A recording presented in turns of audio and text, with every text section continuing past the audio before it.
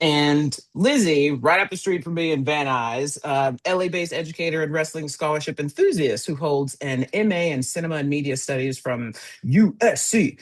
Um, After 8 years working in the stop motion animation industry, she transitioned to teaching middle school history, where she draws on the shared craft of guiding expressive, unpredictable subjects, whether puppets or adolescents. Super dope. Take it away. All right, thank you, Tanisha. And first of all, I want to say thank you to the other presenters. Rebecca, love the sort of extreme hardcore matches. I think there's going to be like a lot of overlap with some of the kind of ideas that sort of like, get to us when we watch certain matches and the effective sort of process and how we're thinking about that. And then Egan, for yours as well, I sometimes work with an organization where I teach math and ELA in low income elementary schools.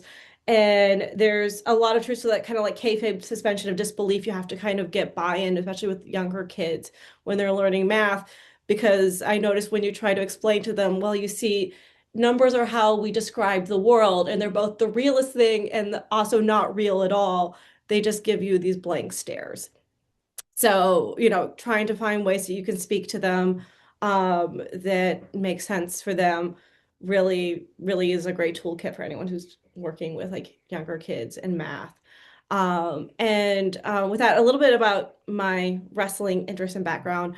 Been a wrestling enthusiast for a couple of years now. I actually got really into wrestling while I was doing a PhD.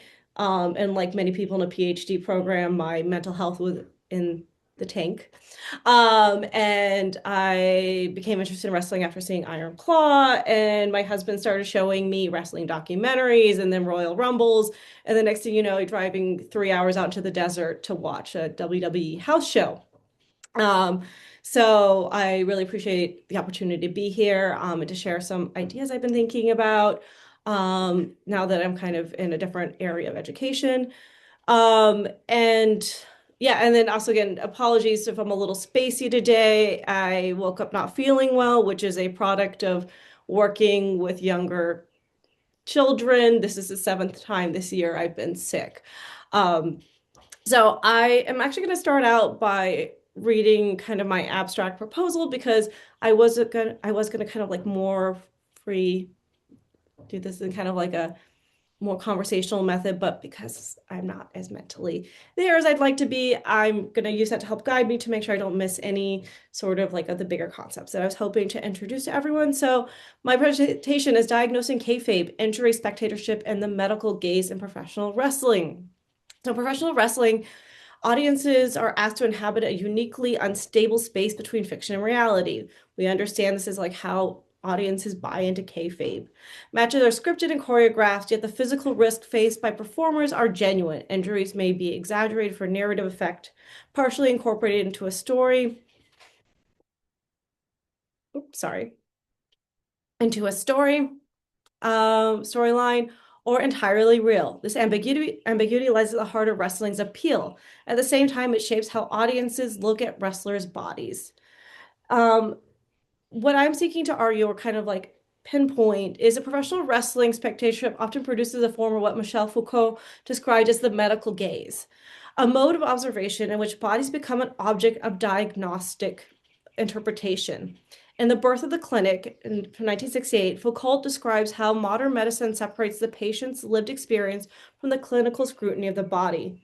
The language, in particular, of precise description of bodies and affliction creates a distance between the human and the medical practitioners. Specifically, what he was sort of describing at the time is he was looking to describe that shift that happens sort of in the 18th century when medicine becomes more formalized, when we're during that scientific revolution period, when we're moving from doctors sort of looking at bodies and being like, well, one is ill because the liver feels anger to when we have dissections and formalized medicine, and we're starting to develop a scientific process where you can be like, well, this person's sick because they have been exposed to a disease or there is an irregularity in their body. But the outcome of this is this sort of often disconnect between the holistic idea of the patient as a person and multiple sort of factors at play to reducing the patient to the particular body part that's being diagnosed. And this is also something that kind of in the expanded medical studies and kind of medicine world, there's often classes that are kind of supposed to be about kind of like rethinking the person of who is ill, and an area that kind of more modern medicine in the last 15, 20 years is trying to like kind of bridge and get back to. So yes, I suggest that wrestling fandom frequently replicates this dynamic. Because the boundaries of kayfabe blur performance and reality, audiences routinely scrutinize wrestlers' bodies for signs of authentic injury, attempting to determine whether pain is real or part of a spectacle. This interpretive impulse builds on what Roland Barthes famously described in the world of wrestling as wrestler's spectacle of suffering, defeat, and justice. For Barth, wrestling exaggerates pain so that audiences can read meaning on the body. Contemporary spectatorship audiences can read meaning. Contemporary spectatorship extends this logic further. Fans not only interpret suffering, but also attempt to diagnose it or apply meaning to it. Online discourse, live crowd reactions, and social media speculation frequently treats wrestlers' injuries as puzzles to be solved. This tension between narrative performance and bodily vulnerability becomes particularly visible when kayfabe collides with lived realities. A striking example occurred when Kevin Owens announced during an episode of SmackDown that he was stepping away from the ring due to a potential career-ending neck injury.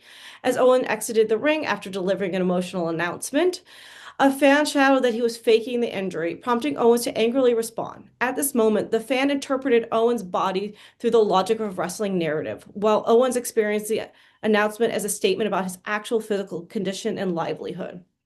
Drawing on media studies, performance theory, and wrestling history, I'm attempting to explore how professional wrestling's ambiguous ontology, neither purely sport nor purely theater, encourages spectators to treat the wrestlers' bodies as both a narrative device and diagnostic object.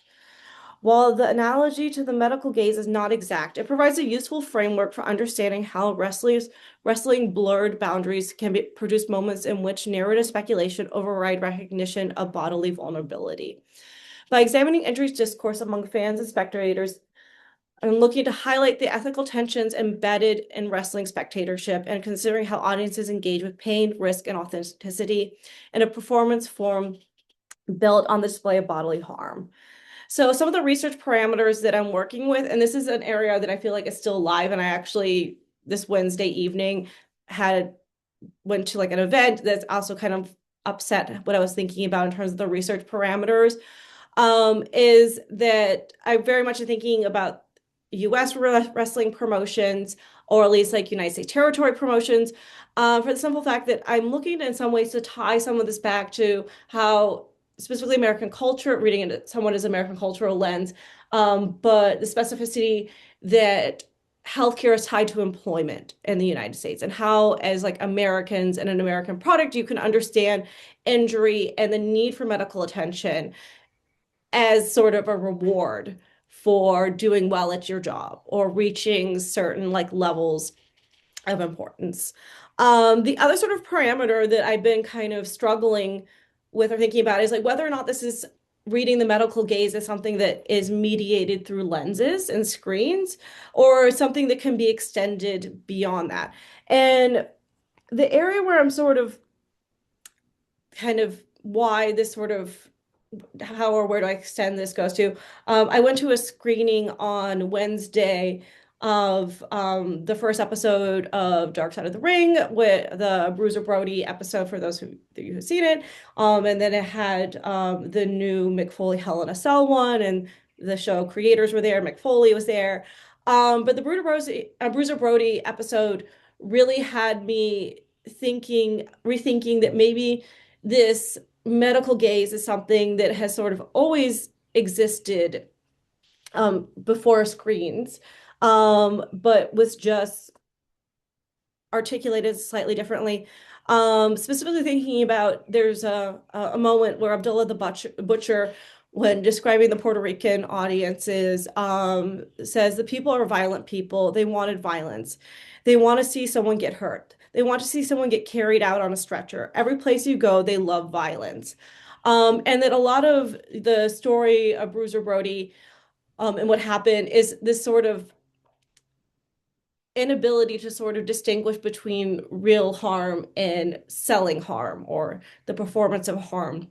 And a lot of the sort of ultimate also fact like miscarriage of justice that happened there is the fact that the legal system and the people trying it didn't understand the difference between kayfabe personalities, um, the violence that happens in the ring, and what that violence is extending from somewhere like that. So I'm interested. I'm here for feedback. I'm here for people throwing out what are your ideas on where this should end. Is this something that happens through screen? So the examples that I'm going to walk us through today, case studies are all sort of ones from the last couple of years.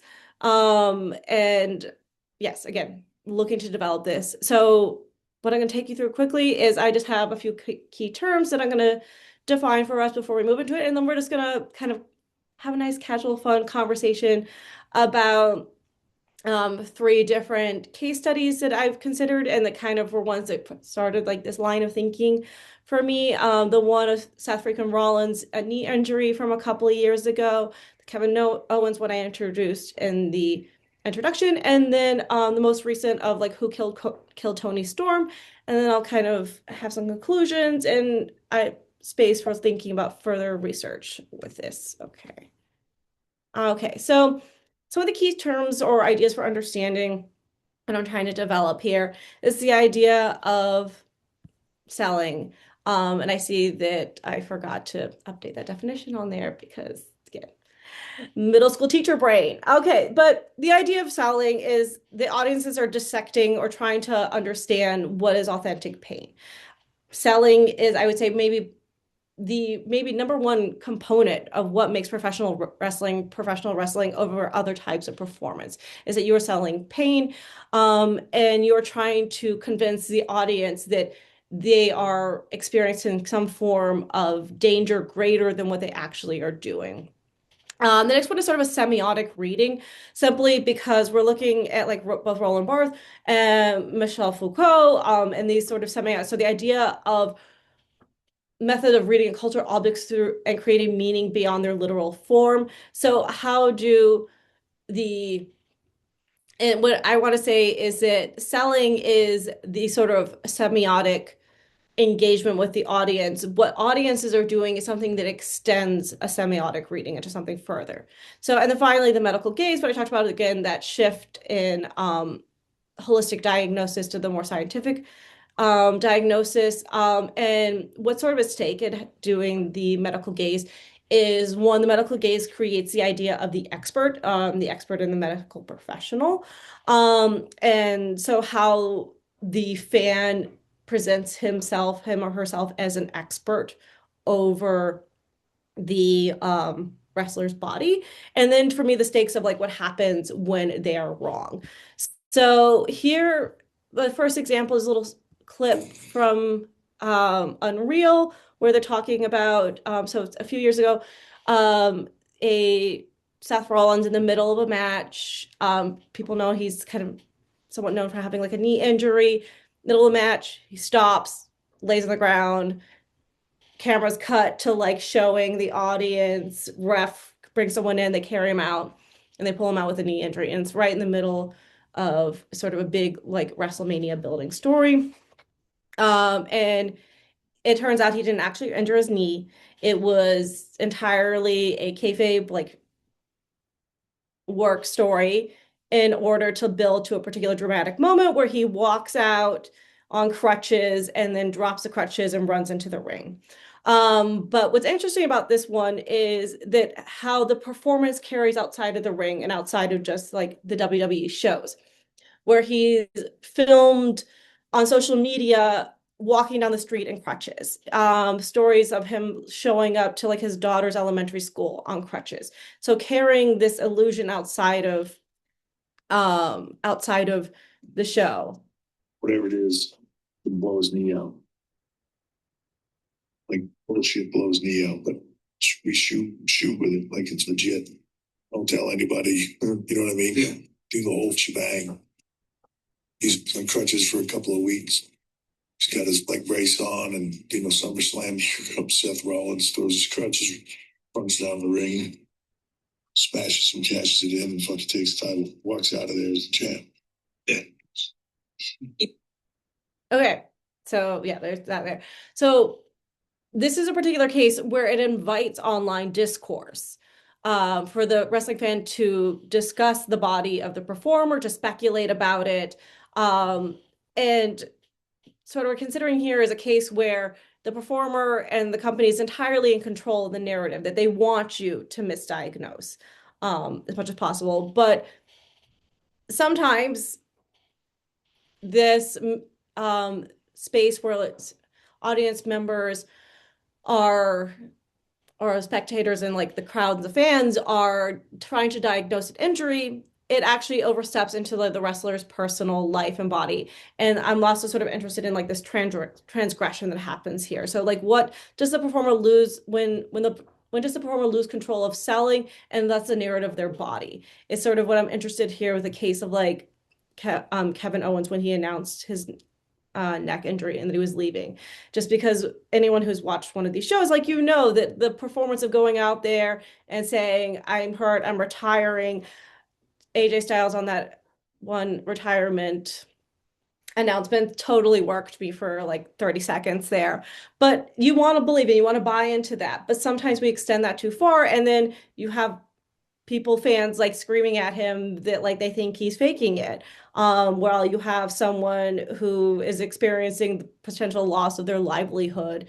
So sort of those ethical boundaries that happen there. The final sort of like case study that I want to present is the recent Who Killed Tony Storm's campaign. So if anyone who's watching AEW knows that Tony Storm has recently just been sort of like pulled from appearing on TV. There's been sort of no announcements about what the actual reason is, but so it's been set up as a murder mystery. And what I think is interesting about the sort of online discourse around this one is that sort of there's a lot of questions around when do we sort of present this bodily harm, especially when it's around women, that sort of veers into spaces of domestic violence and becomes problematic. And I think this is a case where it's this sort of overproduction of language that happens during this diagnostic medical gaze that we present, where it's too much discourse, it's too much speculation around the body, and ultimately leads to sort of an unstable sense of reality and unstable sense of relationships. So introduce here again, the whole point of the medical gaze is it introduces the idea of the fan as the expert. That in some sense, the fan is the expert of the body of the performer, not the performer themselves. This signals a shift from Barr's spectacle to me as fan as bastard. So in his mythologies, he sort of talks about the fans as being these out of control bastards. And again, when you think back about more historical examples, especially like territory promotion wrestling. But I think for him, that's actually like a misreading of the sort of agreed upon audience behavior and the agreed upon environment of wrestling and crowd participation. So again, considering that there actually are a series of both written and unwritten rules that the audience and the performer engage in, and that this medical gaze is one of them, but it's one that creates often a very harmful overstepping of that relation. So sort of the conclusion, like future stakes. So wrestling spectatorship has shifted from reading pain to diagnosing it.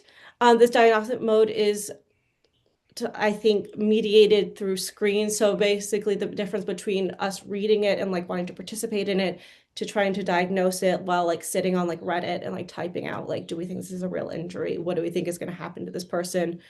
And elements that help sort of screens mediate this particular relationship are not just social media platforms, but things even just like replay and zoom and slow motion, which allow us to like more carefully scrutinize selling to really try to ascertain if they are authentic. Yes, and this also again is part of like the discourse that fans participate in both in real time and future like spaces on forums. So some of the sort of kind of like further research or considerations I'd like to do with this is, again, considering more carefully the platform specificity of how this medical gaze is applied on different platforms. The aesthetics of verification. So again, the process of like watching and like looking at like replay footage, like posting stills, trying to look at those to read like, is the pain real? And thinking about that alongside sort of like medical reading of things like x-rays and like lab reports and that sort of process. Again, a commentary's diagnosis, the role of the commentators in both selling or helping us mediate the medical gaze. And I think some great sort of historical examples of that can be things like the Hell in a Cell match of we all, you know, the like famous like Jim Ross sort of reactions to that match. So how those play into like us thinking that we're getting both mediated and unmediated responses to things that are happening. And then finally, disability and credibility. So thinking about like, who do we believe their pain and how do we interpret that pain? And then to me, the ultimate stakes for understanding, especially in an American context, is because our pain and our health is connected to our employers. How do we read that when that is an essential function here? All right, I am going to try to give you guys some time back for lunch. No worries. Thank you. Thank you for that. Like, man, just so I just kept writing notes. And thank you, Tyler, because I was just about to say it. As soon as you said that Hell in a Cell match, it's like it's automatic for me. Like, by God, he's broken his neck. Like I immediately, it's peas and carrots. Immediately, that is the first thing. And so that plays into, you know, just how much the influence and impact, like impressions of commentary, right, playing into the overall story, those type of takeaways. It's 100%. You say Hell in the Cell, I go JR, my God, like it's outstanding. And I just love to like how we repurpose those things, because I'll constantly use that gif or that reaction for like things when I see it in the NBA, you know, or when I see a kid fall, and you know, I'm like, my God, like I immediately, you know, just like put that in other places because of. Thank you, Tyler. I've practiced for what 20 years, like since that match happened. And Lisa, what you got in the chat here? The Survive and Thrive, a Journal of Medical Humanities and Narrative has been. I said, ooh, do you want to unmute and comment about that? Like how you're seeing that relate into this, Lisa? Yeah, I'm just dropping it because I think actually in relation to what Lizzie's just been talking about, it really actually might be quite useful. Because obviously it's existing in medical humanities and we have a journal that literally speaks about wrestling and medical humanities. So for anyone who has missed it, I just think it might be just a really nice resource to, if you're thinking about like expanding on any of this stuff, there might be articles here that might be helpful. So I just thought I'd drop it just because it might be really helpful. Thank you. Yeah, I'll open it up. Comments, questions from anybody else? Yeah. Egan, what's up? I thought that was an interesting presentation because I automatically think of all these new Twitter accounts that have emerged where they are claiming to be able to look at the injury that took place and then assess for, say, the NFL or the NBA that your favorite player will be out for X number of weeks according to that. And that in and of itself is becoming this weird industry. So I wonder if maybe you see those kind of things merging at some point. Thanks for your presentation.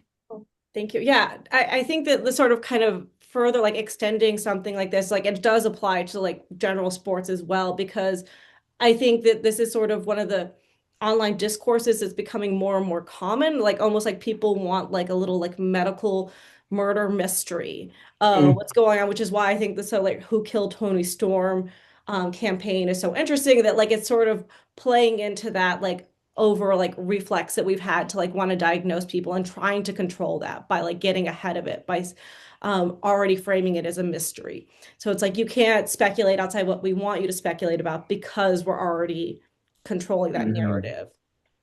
Yeah. AC, what's up? Hey, first of all, Lizzie, great presentation. Loved it. Wonderful stuff. I wanted to know if you could talk a little bit about how this kind of relates to the cultural trend of Dr. Google and how folks are constantly trying to apply the same sort of methodology to self-diagnosing. And do you think there's a relationship there to that sort of armchair medical WebMD. being connected to this this phenomenon in the wrestling context? Yeah, I think that phenomena is also very much connected to the sort of decline in critical thinking that we have as a society, that everyone is expert and nobody is an expert sort of situation. Thank you. Yes, and so that when people are applying this to wrestlers and wrestler bodies, it in some ways, again, when it's invited and controlled, it's part of a little bit more of like a fun engagement with that.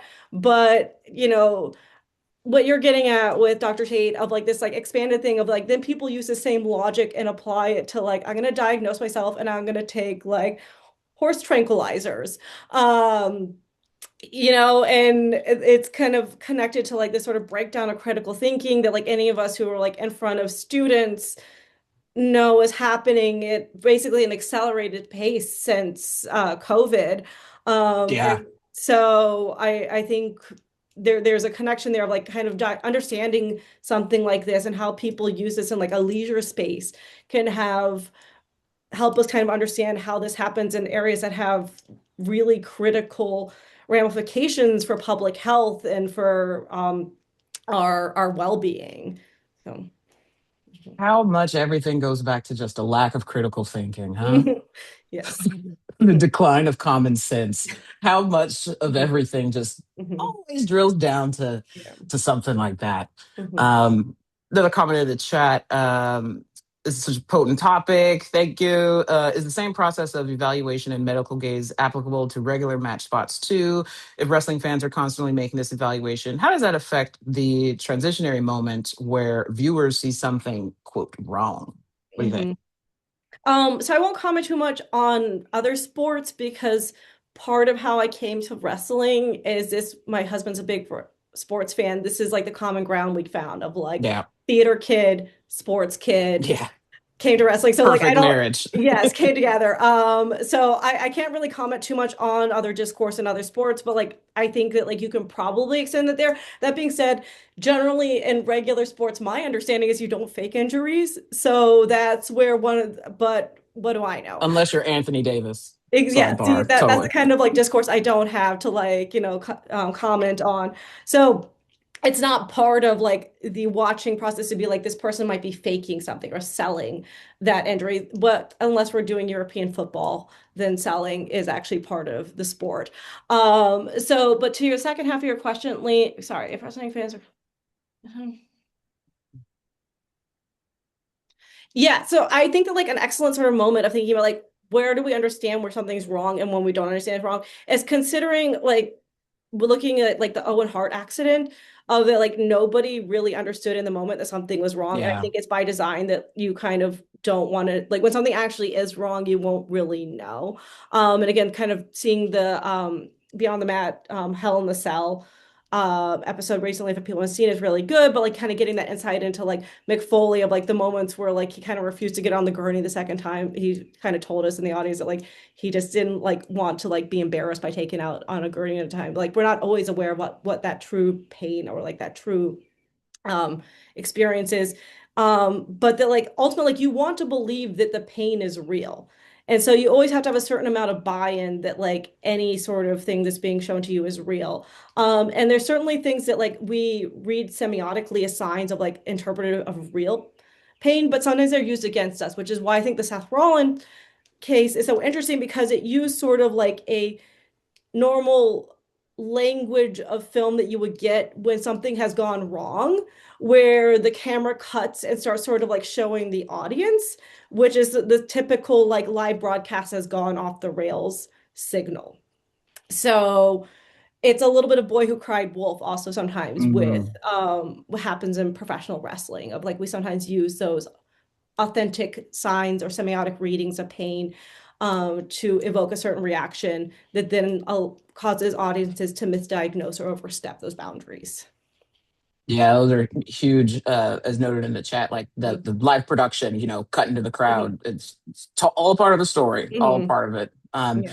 Let's have time for one more question. Brian, I know you raised your hand a minute ago. What's up? Yeah, so I wonder if you've given any thought to kind of who has authority in these decision-making things, right? So in the Seth Rollins example, the institution that is professional wrestling, that is the WWE, is making it permissive to not believe wrestlers when they say they are injured. And then we contrast that to